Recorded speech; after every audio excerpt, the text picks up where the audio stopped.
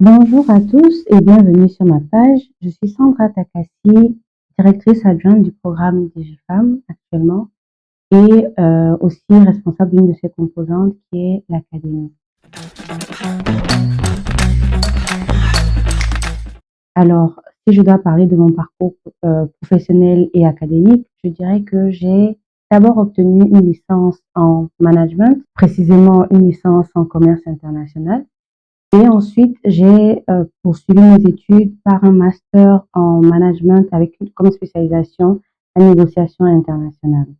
À la suite de ça, j'ai choisi de évoluer dans tout ce qui touchait à la formation professionnelle d'entreprise et aujourd'hui, je suis spécialisée dans tout ce qui concerne les programmes d'éducation, d'abord pour la jeunesse, mais aussi et particulièrement pour la jeunesse féminine. Aujourd'hui, ça fait 12 ans que j'évolue dans ce secteur qui me passionne énormément.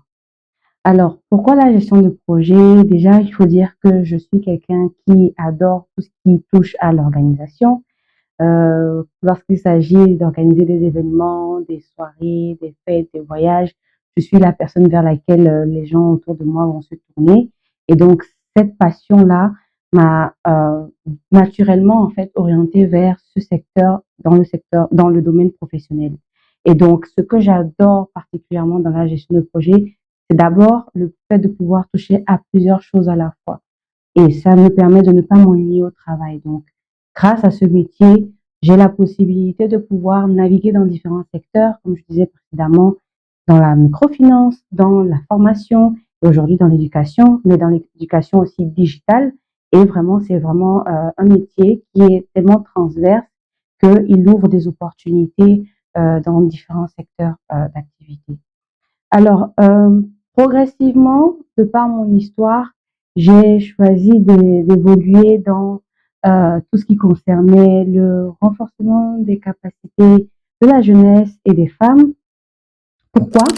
Pourquoi? D'ailleurs, parce que dans un premier temps, je suis issue d'une famille uniquement de filles. Mes parents ont eu 3 filles et dans cet environnement-là, c'est tout naturellement que nous avons été élevés avec cette mentalité de toujours s'entraider en tant que femme et de pouvoir aussi saisir les opportunités, de ne pas se limiter à des métiers qu'on qualifierait précédemment de typiquement féminins. Et donc, c'est pour ça que petit à petit, mes choix de vie ont fait que j'ai commencé à m'orienter vers ce secteur-là et que j'évolue aujourd'hui dans ce secteur-là depuis plus de 5 ans maintenant. Et donc, pour la petite histoire, avant de me spécialiser dans la gestion de projets dans des programmes éducatifs pour la femme, j'ai tenté une expérience entrepreneuriale lorsque je suis rentrée de mes études au Togo. Pendant 3 ans, j'ai géré une entreprise spécialisée dans l'immobilier et j'avais choisi ce secteur parce que je me suis rendu compte justement du fait que c'était un secteur qui était très peu occupé par des femmes. Et moi, je me suis dit, mais pourquoi est-ce que ce secteur est aussi masculin? Donc, j'ai choisi à cette époque-là d'ouvrir une agence 100% féminine. J'avais à l'époque une dizaine de femmes qui travaillaient avec moi. J'ai pu toucher à un secteur d'activité qui était totalement nouveau pour moi, mais aussi voir comment travailler avec des femmes, voir comment les autonomiser à travers l'emploi. Et ça, vraiment, c'est quelque chose qui m'a beaucoup marqué.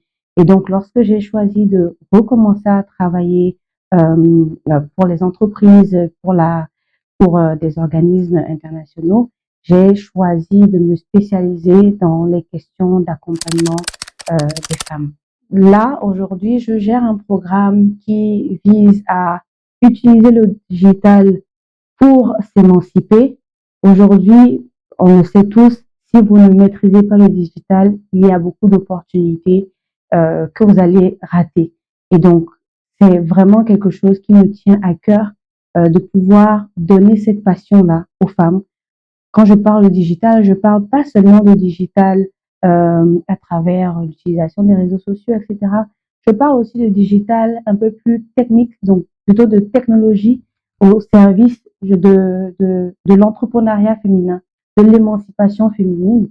Et donc, grâce à ces activités, mon objectif est de pouvoir transmettre cette passion aux femmes de sorte à ce qu'elles puissent soit travailler, renforcer leur employabilité grâce à la technologie, ou alors carrément entreprendre et créer des entreprises aussi compétitives sur le marché, saisir les opportunités qui s'offrent à elles et pouvoir participer réellement à l'économie locale, africaine, ivoirienne, togolaise, enfin, toute l'économie dans sa globalité.